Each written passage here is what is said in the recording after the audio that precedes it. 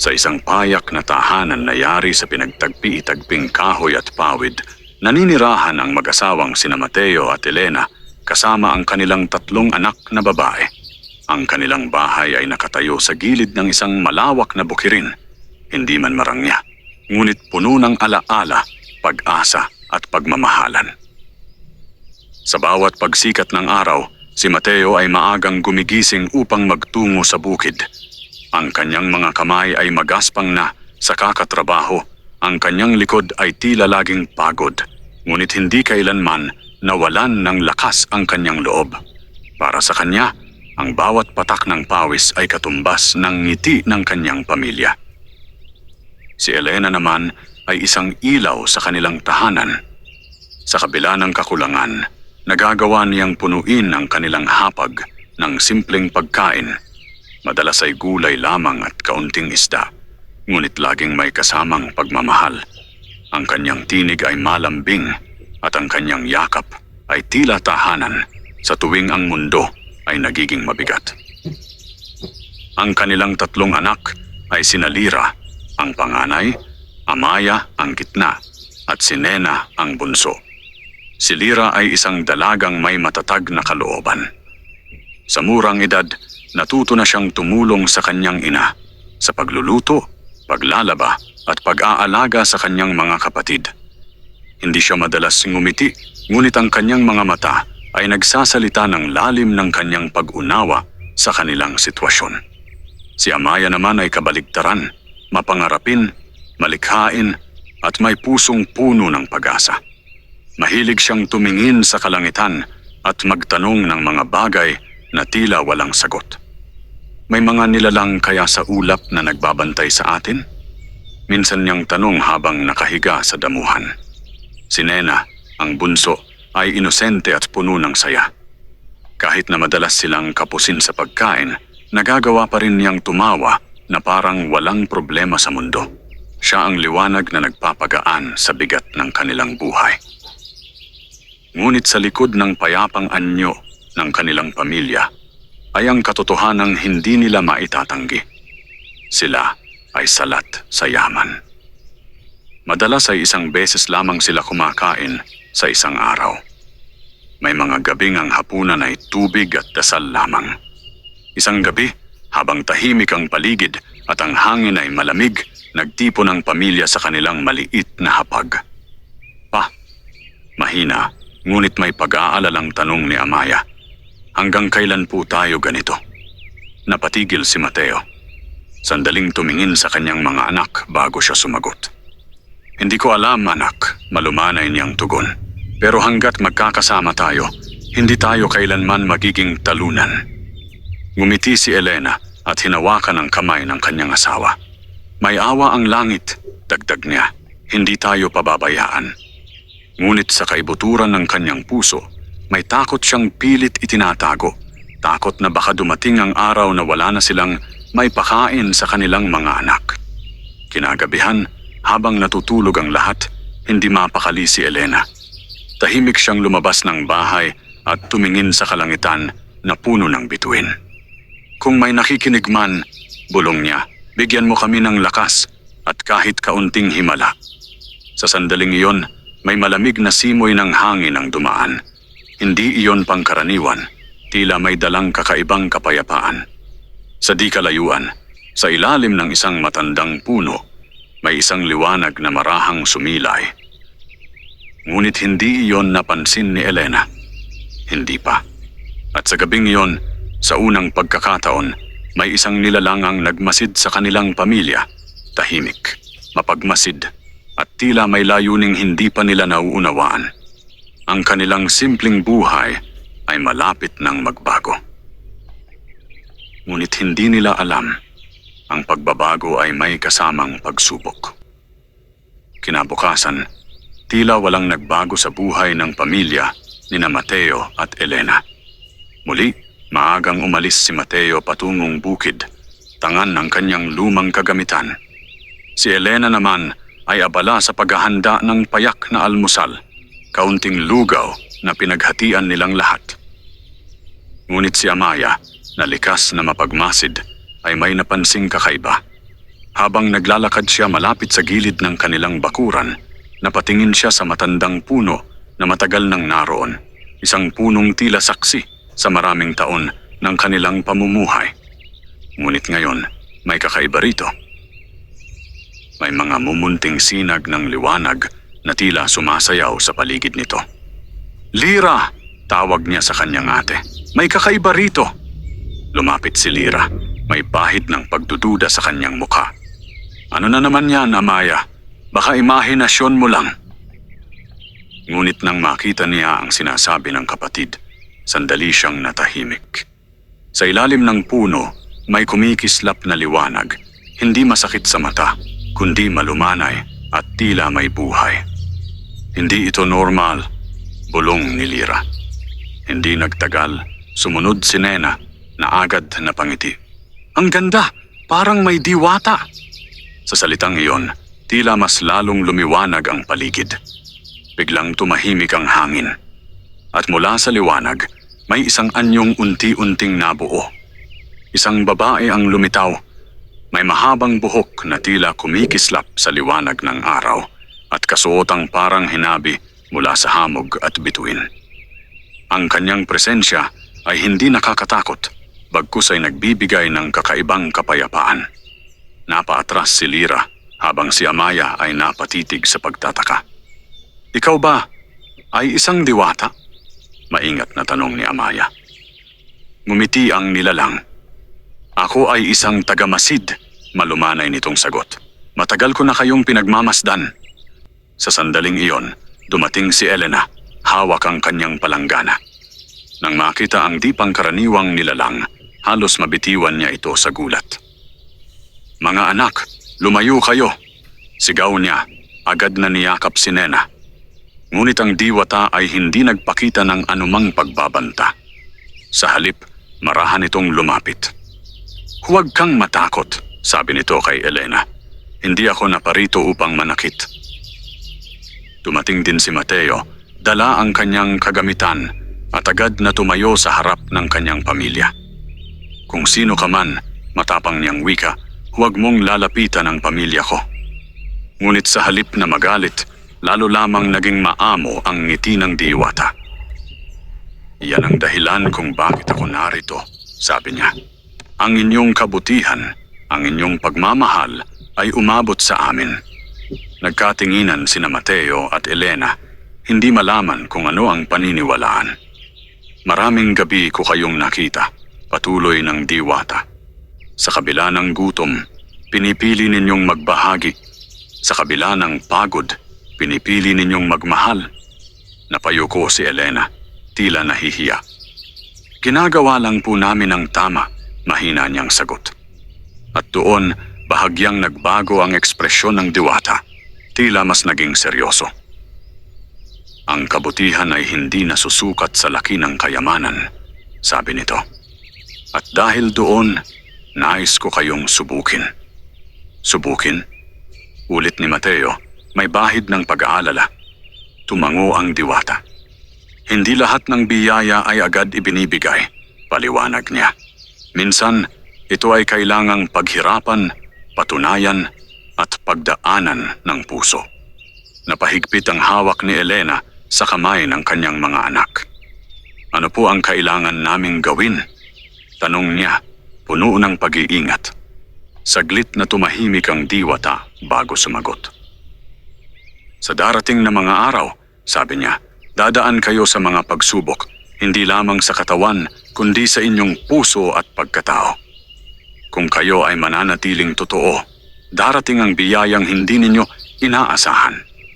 Ngunit kung kayo ay magbabago," tumigil siya sandali, "mawawala ang lahat." Ang hangin ay tila biglang bumigat. "Ano pong ibig sabihin?" tanong ni Amaya, bakas ang kaba. Ngunit hindi na sumagot ang diwata.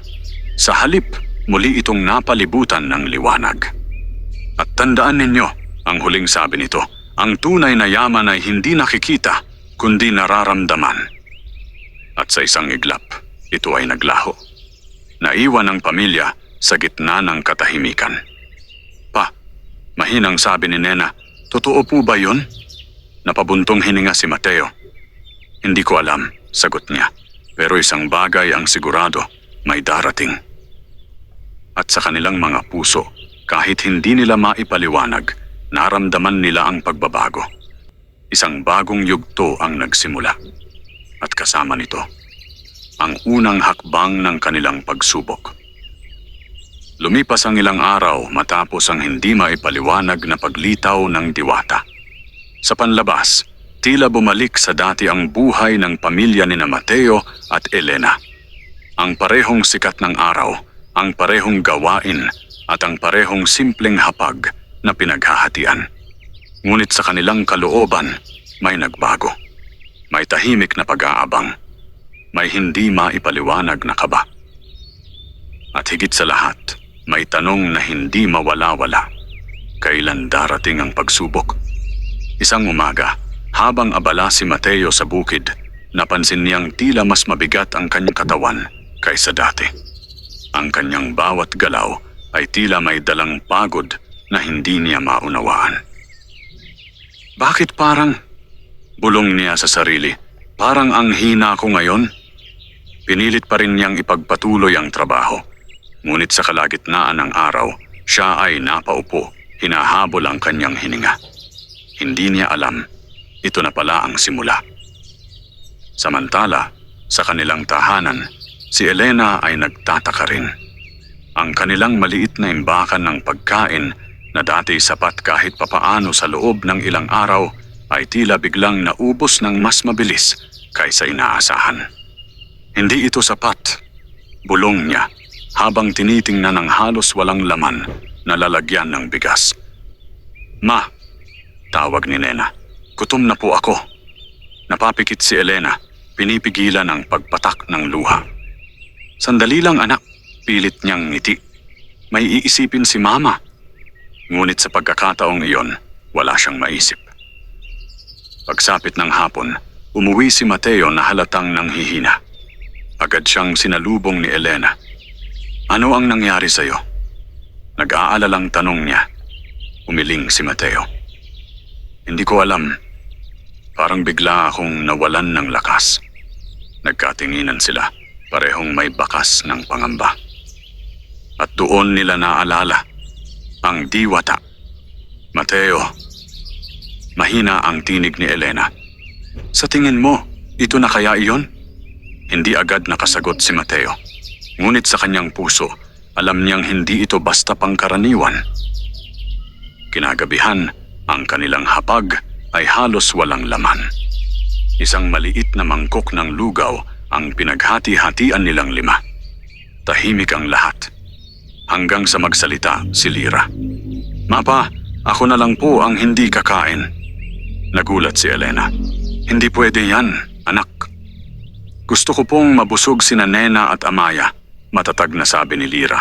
Kaya ko naman po. Napayuko si Mateo, tila may kumurot sa kanyang puso.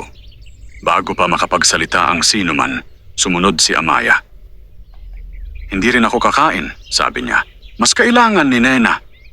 Hindi, biglang sabi ni Nena, halos umiiyak. Ayoko po, gusto ko pong sabay-sabay tayo.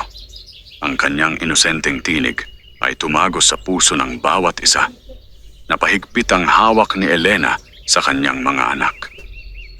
Walang magpapakagutom sa pamilya natin, matatag niyang wika. Maghahati tayo. Kung anong meron tayo, iyon ang pagsasaluhan natin. At sa simpleng sandaling iyon, kahit kaunti lamang ang kanilang pagkain, pinili nilang magbahagi. Pinili nilang manatiling buo. Ngunit hindi pa doon natatapos ang pagsubok.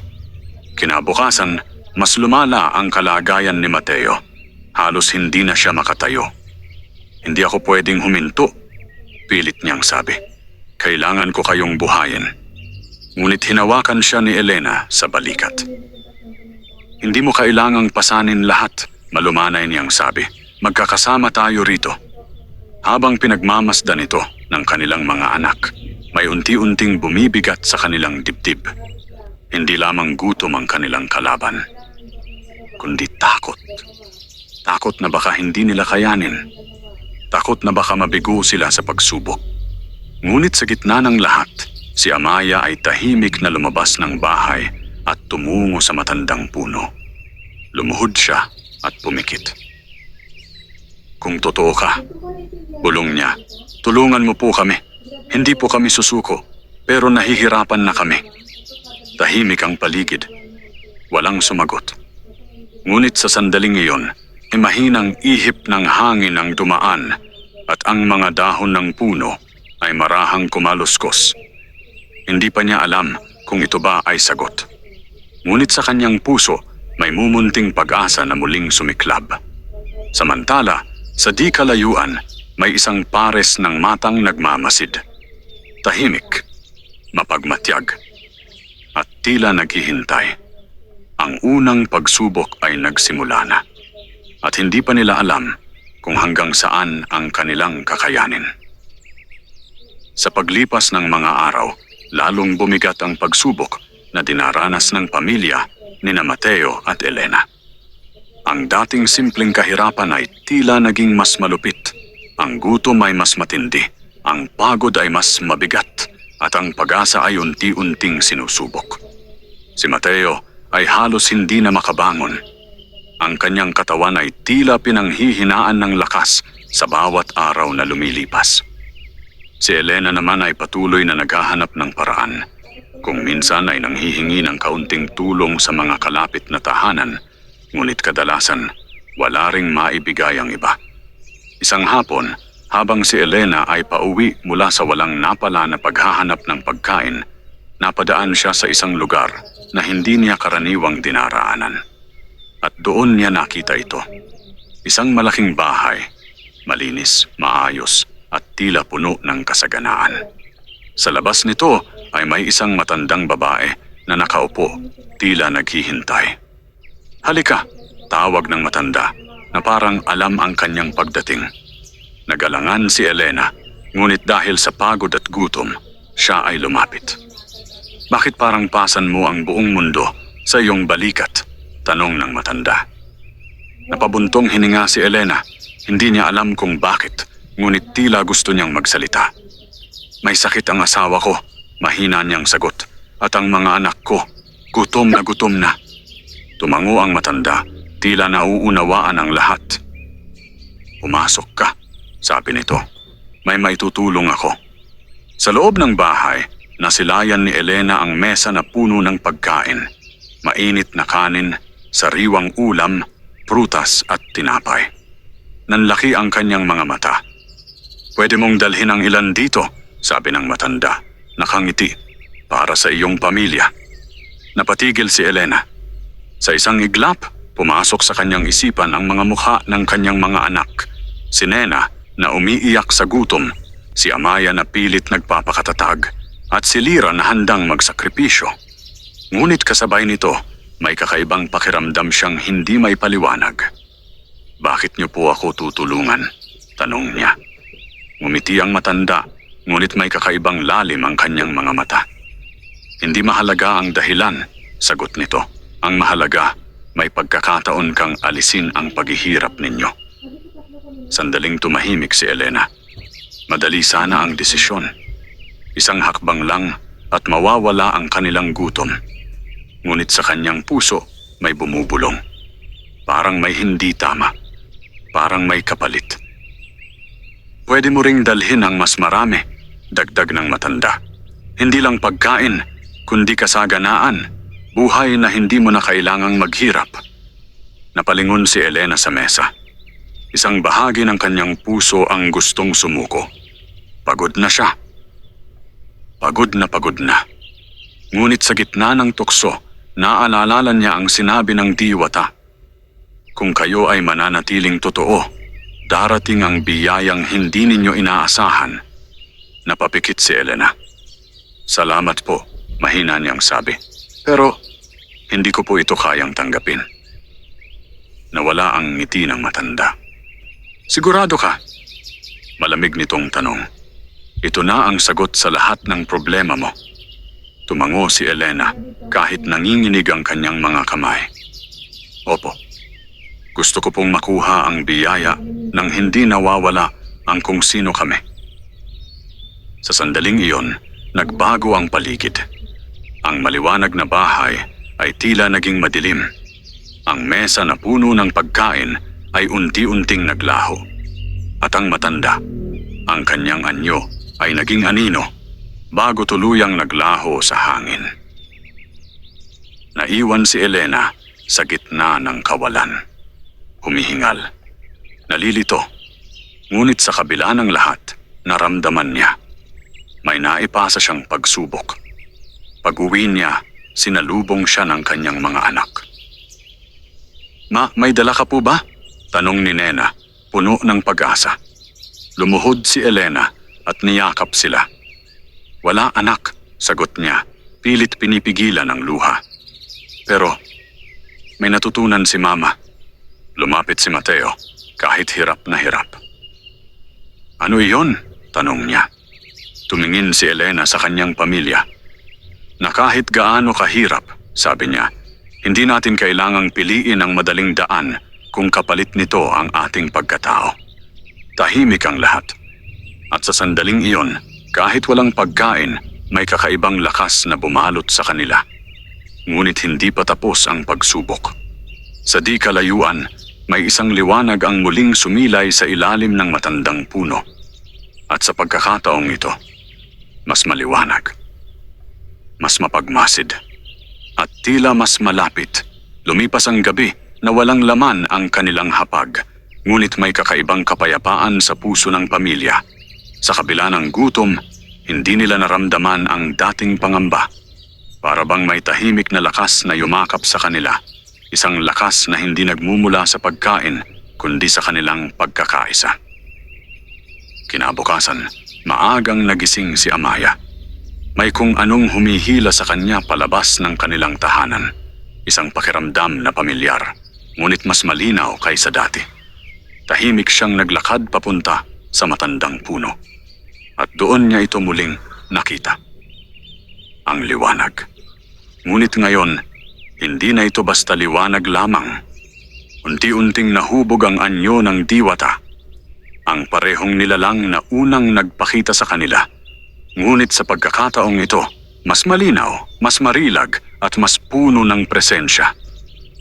Alam kong babalik ka, bulong ni Amaya, tila hindi na natatakot. Ngumiti ang diwata. At alam kong mananatili kang matatag, sagot nito. Hindi nagtagal, dumating sina Lira at Nena, kasunod si Elena na napansin ang pagkawala ni Amaya. Nang makita nila ang diwata, hindi na sila nagulat, bagkus tila handa na silang harapin ito. Maya-maya pa, si Mateo ay dahan-dahang lumapit kahit hirap pa ring kumilos. Pinagmasdan sila ng diwata, isa-isa. Napagtagumpayan ninyo ang unang pagsubok, wika nito. Hindi ninyo pinili ang kaginhawaan kapalit ng inyong dangal. Napayuko si Elena. Ginawa lang po namin ang tama. Tumango ang diwata, tila nasiyahan. At dahil doon, patuloy nito, nararapat lamang na kayo ay tumanggap ng gantimpala. Sa salitang iyon, nagkatinginan ang pamilya, may halong pag-asa at pag-aalinlangan. Dahan-dahang iniabot ng diwata ang kanyang kamay at mula rito ay lumitaw ang isang maliit na sisidlan, isang simpleng palayok na tila ordinaryo lamang sa unang tingin. Ngunit nang ito ay mapunta sa mga kamay ni Elena, may kakaiba siyang naramdaman. Ang palayok na ito, paliwanag ng diwata, ay hindi mauubusan ng laman kung ito ay gagamitin para sa kabutihan. Nanlaki ang mga mata, Nena. Ibig sabihin po, hindi na kami magugutom. Ngumiti ang diwata, ngunit hindi ito sumagot agad. Ang biyayang ito ay may kondisyon, sabi nito. Hindi ito para sa kasakiman. Hindi ito para sa pansariling kapritsyo. Tumingin ito kay Elena. Sa bawat paggamit ninyo nito, dapat may kasamang malasakit. Hindi lamang sa inyong pamilya, kundi pati sa iba. Napahigpit ang hawak ni Elena sa palayok. Opo, buong puso niyang sagot. Pangako po. Lumapit si Mateo kahit hirap at yumuko bilang pasasalamat. Hindi namin sasayangin ang tiwalang ibinigay ninyo. Sandaling tumahimik ang diwata bago muling nagsalita.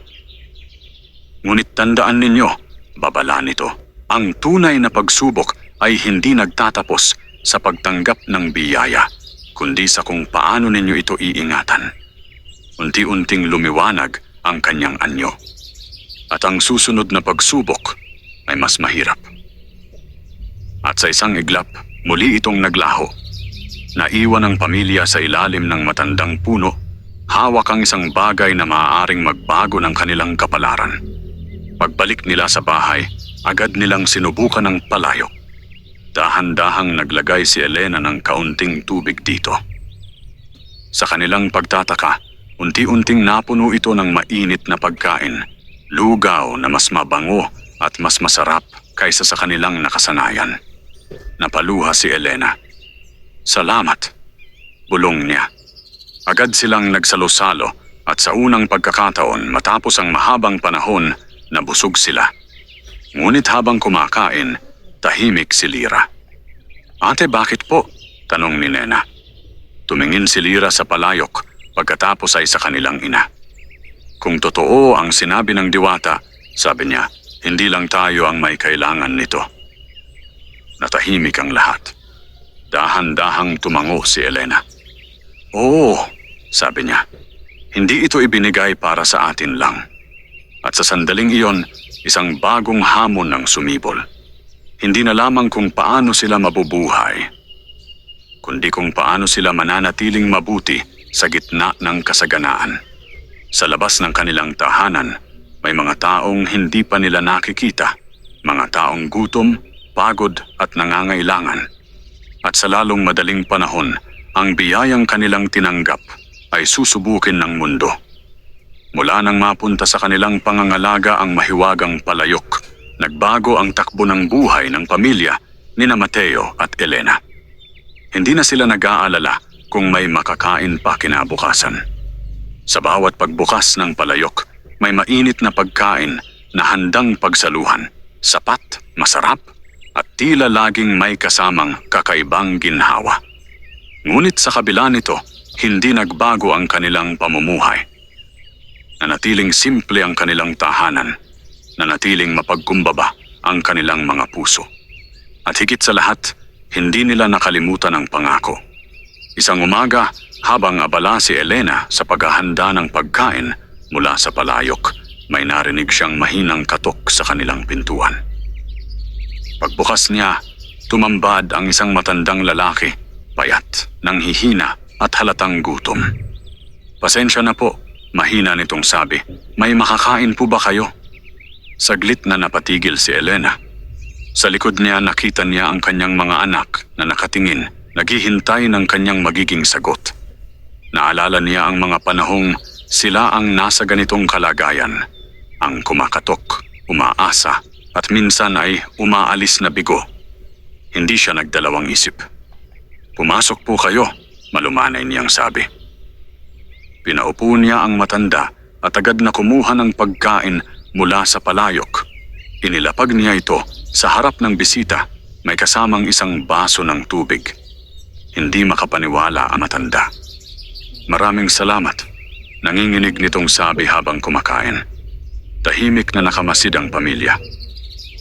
At sa sandaling iyon, may kakaibang init ang bumalot sa kanilang tahanan, isang pakiramdam na mas higit pa sa kabusugan. Kinagabihan, habang sila ay nagsasalo-salo, nagsalita si Mateo. "Hindi lang pala sapat na tayo ang mabusog," sabi niya. "Mas may halaga pala kapag may nabusog tayong iba." Tumango si Lyra. "Mas masarap po sa pakiramdam." Ngunit si Amaya ay tila malalim ang iniisip. "Kung ganito po," sabi niya, "paano kung mas marami pang tao ang nangangailangan?" Nagkatinginan sina Mateo at Elena. At doon nagsimula ang isang bagong desisyon. Kinabukasan, nagluto sila mula sa palayok, higit pa sa kanilang karaniwang kinakain. Inilagay nila ito sa maliliit na lalagyan at dinala sa mga taong nangangailangan sa paligid. Sa una, kakaunti lamang ang kanilang nabigyan. Ngunit sa bawat araw na lumilipas, dumarami ang kumakatok sa kanilang pintuan. Mga ina na may dalang mga batang gutom, mga matatanda na wala ng lakas, mga manggagawang kapos sa kinikita. At sa bawat isa, hindi sila tumatanggi. Ngunit kasabay ng kanilang kabutihan, may mga matang nagsimulang magmasid. Hindi lahat ay may malinis na intensyon. Isang hapon, may isang lalaki ang dumating. Malinis ang kasuotan, matalim ang tingin, at tila hindi gutom, kundi mapag-usisa. "Balita ako," sabi nito, "hindi nauubos ang pagkain dito." Napatingin si Lyra sa kanyang ina. "Kaunti lang po ang meron kami," sagot ni Elena, mahinahon ngunit maingat. Ngunit ngumiti ang lalaki, isang ngiting hindi mapagkakatiwalaan. "Talaga?" sagot nito. "Kung ganon, baka gusto kong makita kung paano."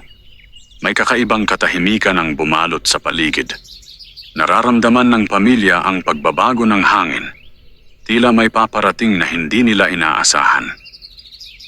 Sa loob ng kanilang tahanan, tahimik na nakalagay ang mahiwagang palayok. Isang biyaya. Ngunit ngayon, maaaring maging sanhi ng panganib. At sa kauna-unahang pagkakataon, mula nang dumating ang biyaya, naramdaman nila ang takot na mawala ito. Ngunit higit pa roon, ang takot na baka masubok ang kanilang kabutihan sa paraang hindi nila inaasahan. Sa di kalayuan, muling sumilay ang isang mahinang liwanag. Tahimik na nagmamasid at tila naghihintay kung paano haharapin ng pamilya ang susunod na pagsubok. Ang katahimikan sa loob ng tahanan ni Mateo ay tila nabasag sa pagdating ng lalaking may matalim na tingin. Hindi siya tulad ng mga naunang dumulog sa kanila. Wala sa kanyang mga mata ang gutom, kundi isang uri ng pagnanais na hindi madaling ipaliwanag. Si Elena ay nanatiling kalmado, ngunit sa loob-loob niya may kaba na unti-unting lumalaki. "Ano po ang maitutulong namin sa inyo?" mahinahon niyang tanong. Dahan-dahang pumasok ang lalaki, tila hindi na naghihintay ng pahintulot. "Gusto ko lang makita," sagot nito. Paikot-ikot ang tingin sa loob ng bahay kung paano ninyo napapakain ang napakaraming tao sa kabila ng inyong kalagayan. Tahimik si Mateo, ngunit ang kanyang presensya ay tila nagsisilbing pader sa pagitan ng kanyang pamilya at ng bisita. "Kung pagkain lang ang kailangan ninyo," sabi ni Mateo, "may maibibigay kami."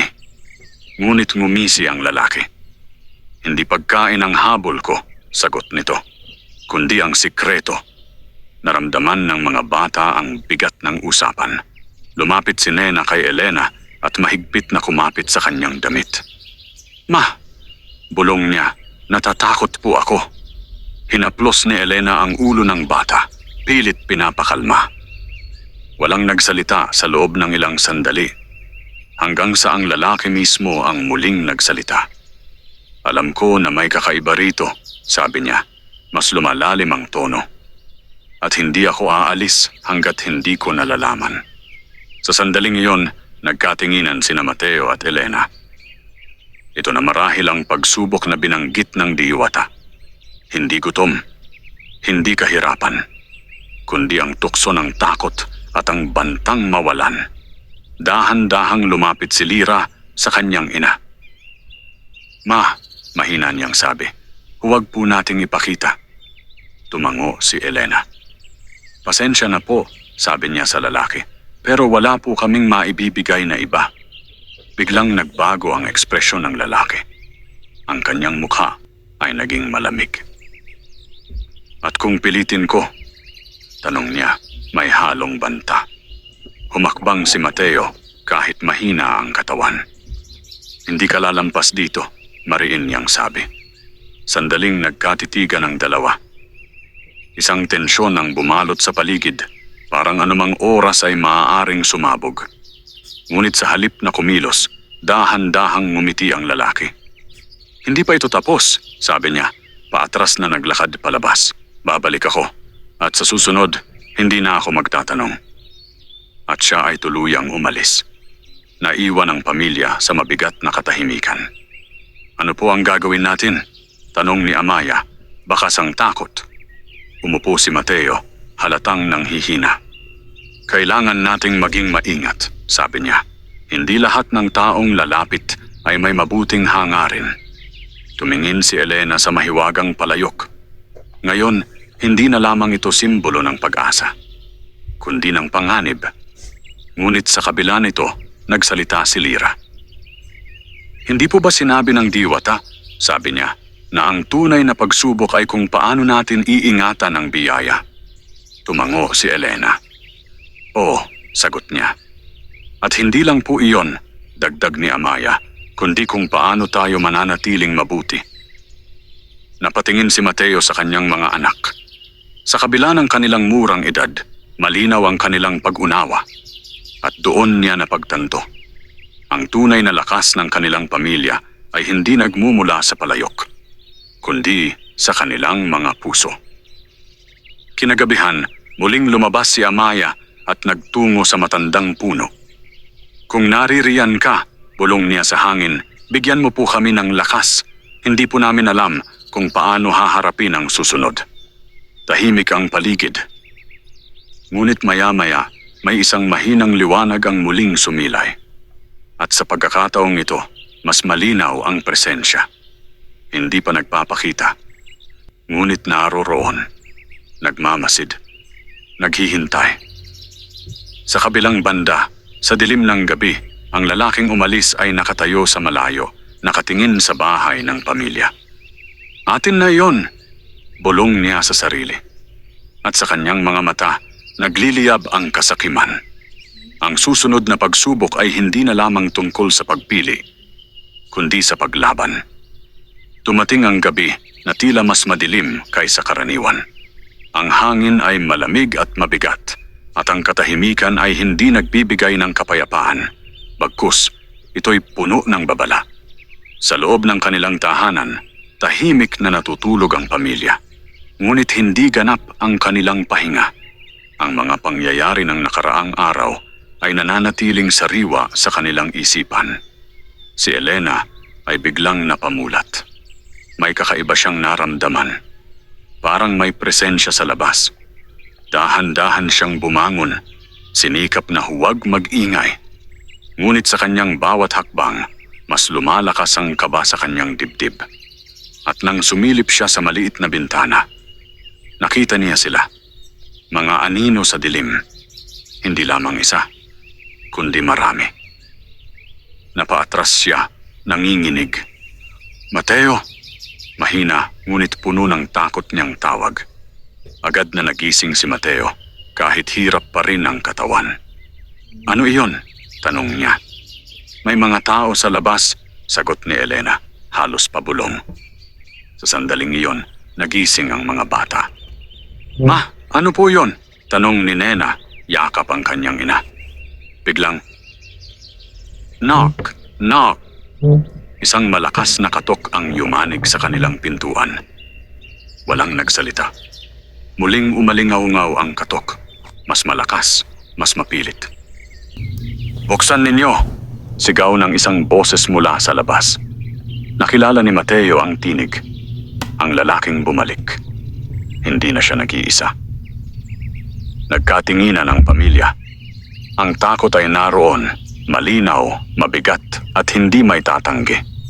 Ngunit kasabay nito, may isa pang bagay na unti-unting lumalakas. Ang kanilang tapang. Ano po ang gagawin natin? Tanong ni Amaya. Huminga ng malalim si Mateo. Mananatili tayong magkakasama, sagot niya. Ano man ang mangyari, muling kumalabog ang pintuan. Alam naming may tinatago kayo, sigaw ng lalaki. At kukunin namin iyon kahit ayaw ninyo. Napapikit si Elena. Sa isang iglap, naisip niya ang lahat. Ang gutom na kanilang pinagdaanan, ang pagsubok na kanilang nalampasan, at ang biyayang ipinagkatiwala sa kanila. Hindi ito maaaring basta mawala. Hindi sa ganitong paraan. Dahan-dahan siyang tumayo. Mateo, sabi niya, hindi natin sila lalabanan ng dahas. Ano ang ibig mong sabihin? Tanong ni Mateo. Tumingin siya sa kanyang pamilya. Ang biyayang ito ay hindi para ipaglaban sa dahas, paliwanag niya, kundi para ipagtanggol sa katotohanan. Bago pa sila makakilos, isang malakas na sipa ang tumama sa pintuan at ito ay bumukas. Pumasok ang lalaki kasama ang ilang kasamahan. Lahat ay may matitigas na mukha at layuning hindi maitago.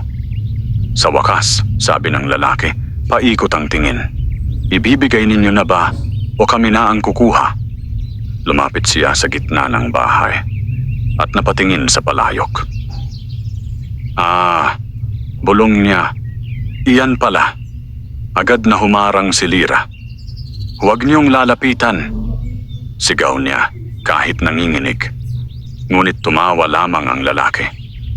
Isang bata lang ang hahadlang sa akin, mapanuyang sabi niya. Sa sandaling iyon, biglang lumakas ang hangin sa loob ng bahay. Ang apoy ng kanilang lampara ay kumislap.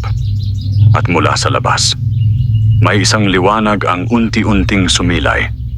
Hindi ito karaniwang liwanag. Ito'y maliwanag, ngunit hindi masakit sa mata. Malumanay, ngunit makapangyarihan. Napatingin ang lahat sa pintuan. At doon, unti-unting lumitaw ang anyo ng diwata. Ang kanyang presensya ay agad nagdala ng katahimikan, isang katahimikang hindi kayang basagin ng takot. Hindi ninyo pag-aari ang biyayang ito, marin ngunit mahinahong sabi ng diwata. Napaatras ang mga lalaki, tila natigilan. Ngunit ang pinuno nila ay nanatiling matigas. At sino ka para pigilan kami? Tanong niya. Hindi sumagot agad ang diwata. Sa halip, tumingin siya sa pamilya. At sa kanyang mga mata, makikita ang isang tanong. Mananatili ba kayong matatag? Mahigpit na naghawak kamay ang pamilya. At sabay-sabay silang tumango.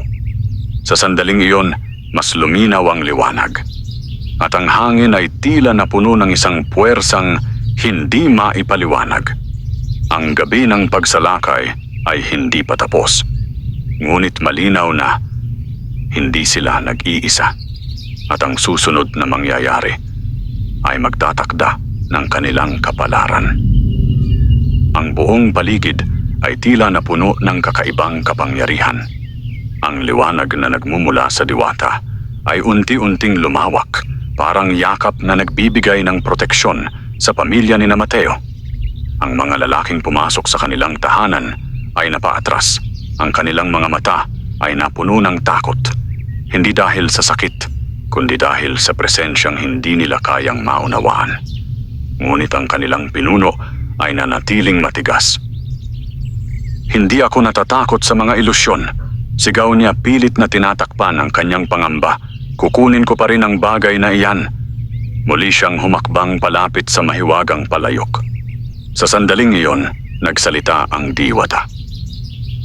Ang puso mong puno ng kasakiman ay hindi karapat-dapat sa biyayang ito. Huminto ang lalaki. Biyaya? Ulit niya may halong galit. Kung ito ay biyaya, bakit hindi ko pwedeng angkinin? Tumingin ang diwata sa kanya. Malalim, matalim, ngunit hindi galit. Dahil ang biyaya ay hindi kinukuha, sagot niya, ito ay ibinibigay at pinangangalagaan ng may malinis na puso. Tumawa ang lalaki, ngunit pilit lamang. Mga salita lang yan, sabi niya. Ang mahalaga ay kung sino ang may lakas. Sa sandaling iyon, biglang umihip ang malakas na hangin. Ang liwanag ay naging mas matindi. At ang buong paligid ay tila sumunod sa kapangyarihan ng diwata. Kung lakas ang nais mong patunayan, sabi ng diwata, handa ka bang harapin ang katotohanan ng iyong puso? Natahimik ang lalaki. Ngunit bago pa siya makasagot, ang liwanag ay lumapit sa kanya. Hindi ito nanakit. Hindi ito sumugat. Ngunit sa kanyang mga mata, biglang nagbago ang kanyang ekspresyon. Para bang may nakita siya. Mga ala-ala, mga sandali ng kanyang nakaraan. Mga pagkakataong siya ay nagutom, naghirap at nangarap din, katulad ng pamilya ni Mateo.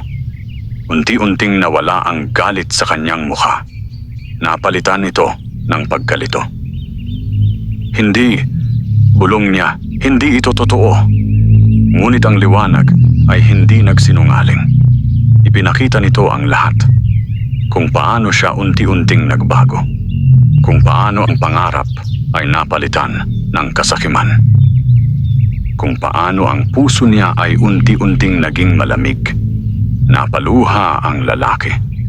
At sa unang pagkakataon, bumaba ang kanyang mga balikat. Bakit? Mahina niyang tanong, bakit ko pinili ang ganitong landas? Tahimik ang diwata. Dahil sa bawat tao, sabi niya, may pagpili. At sa bawat pagpili, may kapalit. Napatingin ang lalaki sa pamilya. Nakita niya si Nena, nakatingin sa kanya, hindi galit, kundi may halong takot at awa. Nakita niya si Lira, nakatayo, handang ipagtanggol ang pamilya. Nakita niya si Amaya, may mga matang puno ng pag-unawa. At nakita niya sina Mateo at Elena. Pagod, ngunit matatag. Sa sandaling iyon, parang may bumigat sa kanyang dibdib. Dahan-dahan siyang lumuhod. Patawad, bulong niya. Ang kanyang mga kasamahan ay nagkatinginan, hindi malaman ang gagawin. Umalis na kayo, sabi niya sa kanila. Tapos na ito.